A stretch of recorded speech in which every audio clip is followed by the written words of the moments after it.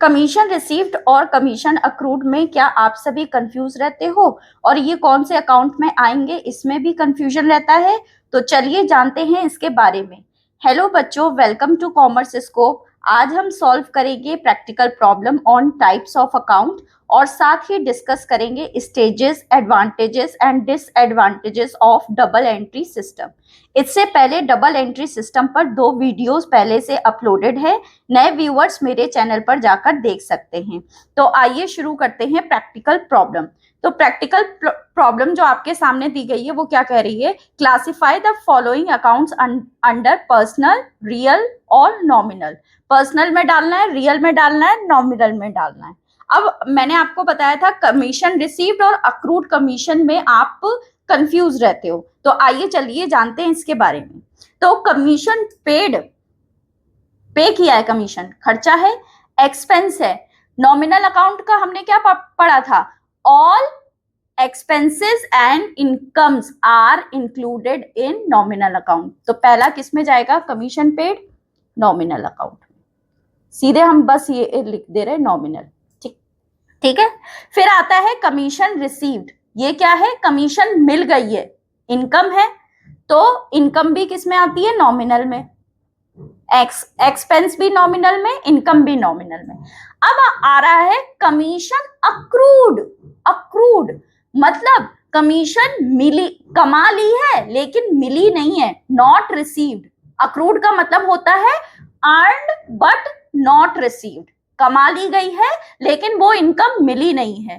तो किसी भी इनकम या किसी एक्सपेंस, अगर इनकम अक्रूड होगी या एडवांस होगी, इनकम के आगे 2 प्रीफिक्स लग गए, क्या क्या? अक्रूड और एडवांस। तो ये जब आपके कुछ प्रीफिक्स लग जाएंगे तब वो किस में आएगा? आपका रिप्रेजेंटेटिव पर्सनल अकाउंट में। ऐसे ही एक्सपेंसेस के लिए आउटस्टैंडिंग या प्रीपेड वर्ड आ जाएगा तो वो किस में जाएगा? आपका रिप्रेजेंटेटिव पर्सनल अकाउंट में। ठीक है। अदरवाइज इट इज, अगर ये सारे वर्ड्स आपको कहीं नहीं दिखते हैं तब वो किस में डायरेक्ट चला जाएगा? नॉमिनल में। बस इतना याद रख लो। इनकम अगर एक्सपेंस जो भी होगा वो नॉमिनल में जाएगा, और लेकिन अगर उसके आगे ये 4 वर्ड्स लग गए, कौन कौन से? आउटस्टैंडिंग, प्रीपेड एक्सपेंसेस के लिए, और एडवांस इनकम, अक्रूड इनकम किसके लिए? इनकम के लिए। तो ये सारी चीजें किसमें आएंगी? रिप्रेजेंटेटिव पर्सनल अकाउंट में। ये ध्यान रखिएगा। ये है आपका सॉल्यूशन जो मैंने वीडियो की शुरुआत में आपको बताया था। तो अक्रूड है तो किस में जाएगा? पर्सनल अकाउंट में। अभी इसमें बाइफरकेट करने के लिए नहीं कह रहे हैं, तो पर्सनल। ठीक है। प्रीपेड सैलरीज, सैलरीज खर्चा, प्रीपेड वर्ड लग गया तो किस में जाएगा? रिप्रेजेंटेटिव पर्सनल अकाउंट में। ठीक है, पर्सनल। फिर लीज होल्ड प्रॉपर्टी, प्रॉपर्टी क्या है? एसेट्स है। एसेट्स किस में आती है? रियल अकाउंट में, तो रियल। ठीक है। फिर डिस्काउंट अलाउड, खर्चा है, डिस्काउंट आपने दिया है, खर्चा है, तो खर्चा किस में आता है? नॉमिनल में।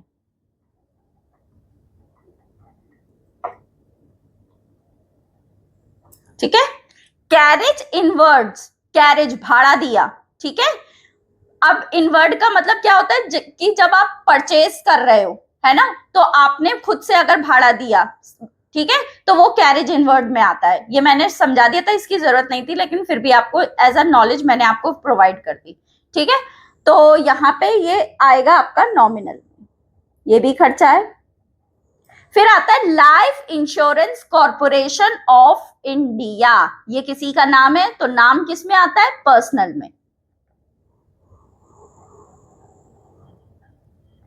ठीक है, आई बात समझ में? फिर इसके बाद आता है ड्राइंग्स अकाउंट। ड्राइंग्स पर्टिकुलर किसकी होती है? ओनर की होती है, प्रोपराइटर की होती है, तो ये किस में जाएगा? पर्सनल में।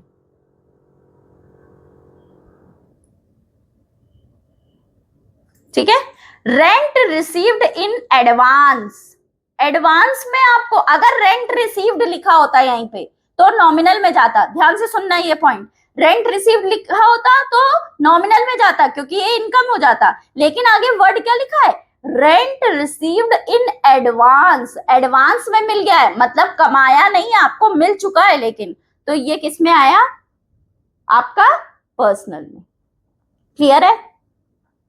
डेटर्स, डेटर्स पर्सन्स होते हैं, ठीक है, इंडिविजुअल पर्सन्स होते हैं, उनका ग्रुप क्या कहलाता है, डेटर्स, तो ये किस में आता है, पर्सनल में। फिर सेल्स, सेल करी तो पैसा आएगा, इनकम हो गई, तो ये किस में जाएगी, नॉमिनल में। फिर है रेंट पेड इन एडवांस और प्रीपेड रेंट, एक ही बात हुई, तो वर्ड क्या आ गया, प्रीपेड आ गया, रेंट आपने एडवांस में पे किया है, एक ही बात है, ठीक है, तो ये किस में जाएगा, पर्सनल में। ठीक है, बैंक ओवरड्राफ्ट, इसमें पर्टिकुलर बैंक इन्वॉल्व होगी, तो ये किस में आएगा, जो जिसमें कोई पर्टिकुलर चीज इन्वॉल्व हो तो वो पर्सनल में, या पर्टिकुलर नेम हो तो पर्सनल। कैश आपकी एसेट्स है तो किस में जाएगी, रियल में। बैंक, पर्टिकुलर बैंक का नाम होगा ना तो किस में जाएगा, पर्सनल में। फिर ट्रेडमार्क एसेट्स हैं, रियल में। क्रेडिटर्स, क्रेडिटर्स क्या होते हैं, जो पर्सन होंगे ना जिनको आप, जिनसे आपने उधार पे सामान लिया होगा, तो वो किस में जाएंगे, आपके पर्सनल में। ठीक है, next, commission received in advance, अगर कमीशन रिसीव्ड लिखा होता तो किस में जाता, नॉमिनल में, और यहां क्या लिखा है, commission received in advance, word आ गया एडवांस या अक्रूड, तो क्या किस में चला जाएगा, रिप्रेजेंटेटिव पर्सनल अकाउंट में। अभी यहाँ पे बोला नहीं है इसीलिए पर्सनल अकाउंट लिख रहे हैं। गुडविल आपकी एसेट्स है तो किस में जाएगी, रियल में। ठीक है, क्लियर हो गया ये, ठीक। अगर कोई भी प्रॉब्लम हो इस से रिलेटेड तो आप कमेंट सेक्शन में जाके मुझे पूछ सकते हैं, ठीक है। Next, classify the following into 3 types of personal account. 3 types of personal account हम लोगों ने क्या क्या पढ़े थे, सबसे पहले natural personal account, artificial, natural जिसको भगवान ने बनाया है, गॉड क्रिएचर है तो वो किस में जाएगा, नेचुरल पर्सनल अकाउंट में, और जिसको किसने बनाया, ह्यूमन बीइंग ने, यानी आर्टिफिशियल पर्सनल अकाउंट, तो वो किस में जाएगा, आर्टिफिशियल पर्सन अकाउंट में। फिर नेक्स्ट आता है रिप्रेजेंटेटिव, जो कि अभी हम बता चुके हैं कि कोई भी इनकम और एक्सपेंस के आगे 4 ये जो प्रीफिक्स लग जाएंगे, आउटस्टैंडिंग, प्रीपेड एक्सपेंस के लिए, और अक्रूड और एडवांस इनकम के लिए, तो वो किस में चला जाएगा, आपका रिप्रेजेंटेटिव पर्सनल अकाउंट में। बस, ठीक। तो आइए शुरू करते हैं इसमें। तो कैपिटल अकाउंट की जब हम बात करते हैं, कैपिटल किसी पर्सन से, इंडिविजुअल पर्सन से रिलेटेड है, तो ये किस में जाएगा, ओनर से, तो नेचुरल पर्सनल अकाउंट आएगा। ठीक है, टाटा स्टील कंपनी, कंपनी है, किसने बनाया इसको, किसने बनाया, किसने बनाया, ओनर ने ना, तो artificial. Debtors account, debtors account आपके पर्सन है ना, ठीक है, पर्सन है सारे के सारे, तो वो किस में जाएंगे, आपके नेचुरल में। फिर आउटस्टैंडिंग एक्सपेंसेस अकाउंट, अभी मैंने बताया रिप्रेजेंटेटिव में।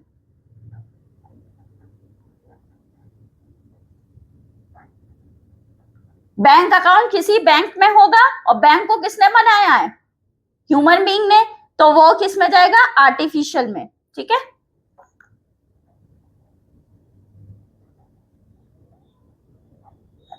ठीक है। नेक्स्ट, हरियाणा एजुकेशन बोर्ड किसने बनाया है, ह्यूमन बीइंग ने, तो किस में जाएगा, आर्टिफिशियल में।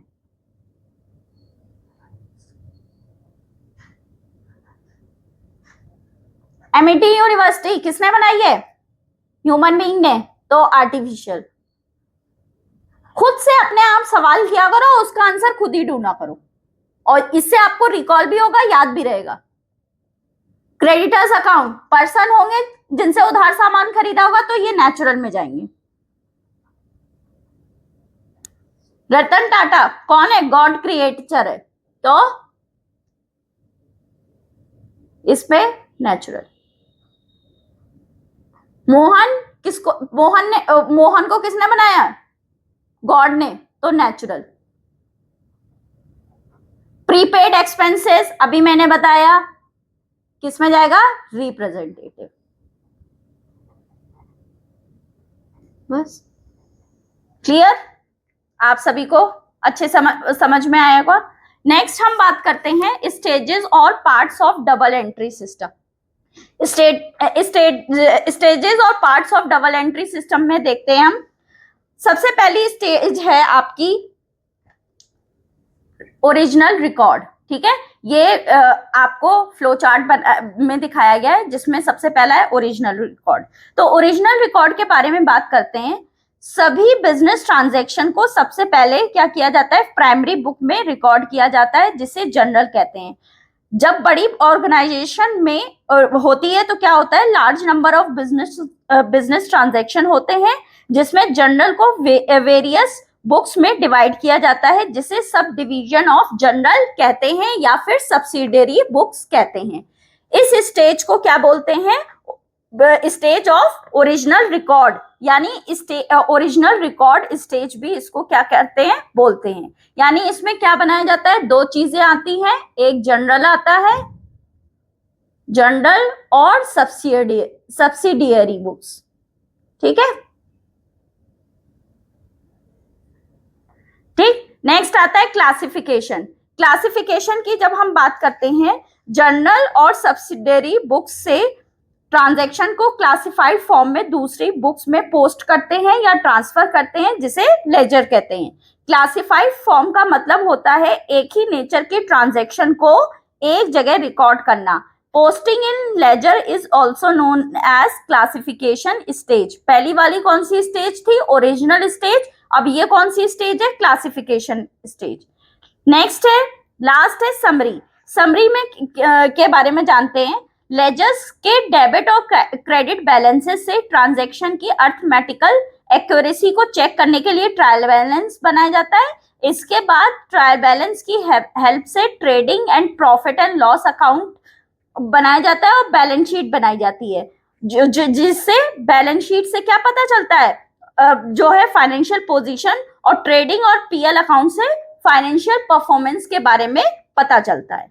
नेक्स्ट अब हम बात करते हैं advantages of double entry system और कॉजेज ऑफ इट्स पॉपुलैरिटी, क्यों पॉपुलर हुआ।